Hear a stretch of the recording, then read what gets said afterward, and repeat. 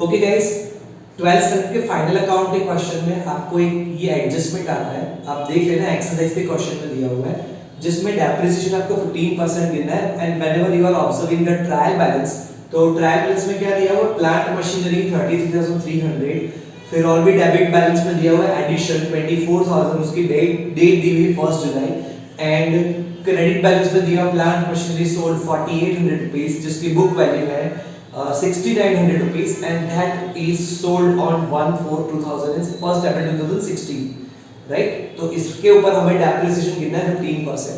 मैं answer start कर रहा हूँ, थोड़ा ध्यान से देखना, थोड़ा आगे से वीडियो देख लीजिएगा। तो सबसे पहले आप लिखो, हमें ओपनिंग बैलेंस दिया हुआ है 33,300 rupees, that is opening balance. अब आप देखो, एक हमने परचेज का ट्रांजैक्शन दिया हुआ है, एक सेल्स का ट्रांजैक्शन दिया हुआ है। परचेज के ट्रांजैक्शन की डेट है 1 जुलाई, सेल्स के ट्रांजैक्शन की डेट है 1 अप्रैल, राइट।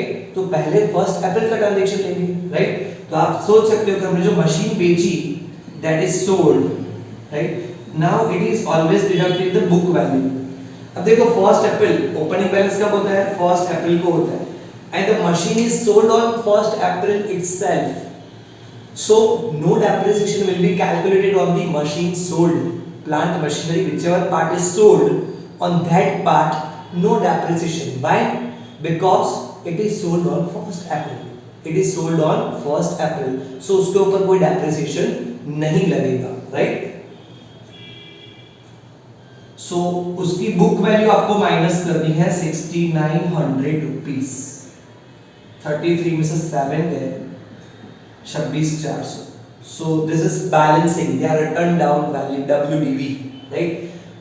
अच्छा, ये जो है वो 1 अप्रैल का ही सीन है।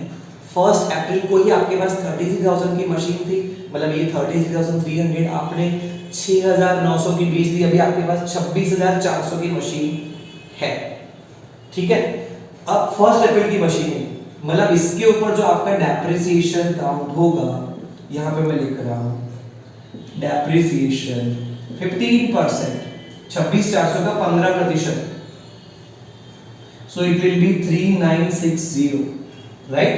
3960 and the plant and machinery whatever is purchased 24, ये अलग से समझो। so plant machinery purchased, its value is 24,000।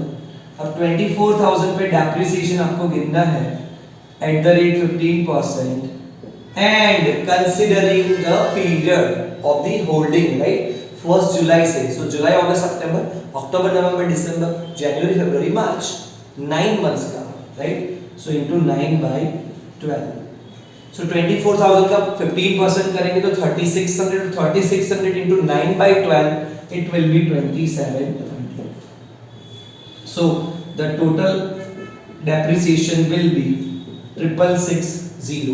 Total depreciation will be 660. So guys, this is total depreciation 660. इसकी दो इफेक्ट्स आप दोगे, ठीक है। बैलेंस शीट में माइनस करेंगे, वो बता देता हूँ कैसे करना है, और प्रॉफिट एंड लॉस अकाउंट की डेबिट साइड, ठीक है। प्लांट मशीनरी है, तो ट्रेडिंग अकाउंट की डेबिट साइड आप लिख देना, ठीक है। By default it is related to production, so trading account में डेबिट साइड आप कर देना डेप्रिसिएशन 660। एक और बात, अब 6900 की मशीन आपने कितने में बेची थी? 4800 में विदाउट डेप्रिसिएशन। ये तो फर्स्ट डे पे बेची थी, मतलब डेप्रिसिएशन माइनस नहीं करना। 6900 is 4800 माइनस करो, so what you will do, what will be the effect? Debit P&L account, difference of this two amounts, right. इन दोनों का डिफरेंस, 6,900 की मशीन आपने 4,800 में बेची, तो 2,100 का जो लॉस हुआ, profit and loss account debit side, ठीक है। और अब बैलेंस शीट में आपको बस एक काम करना है,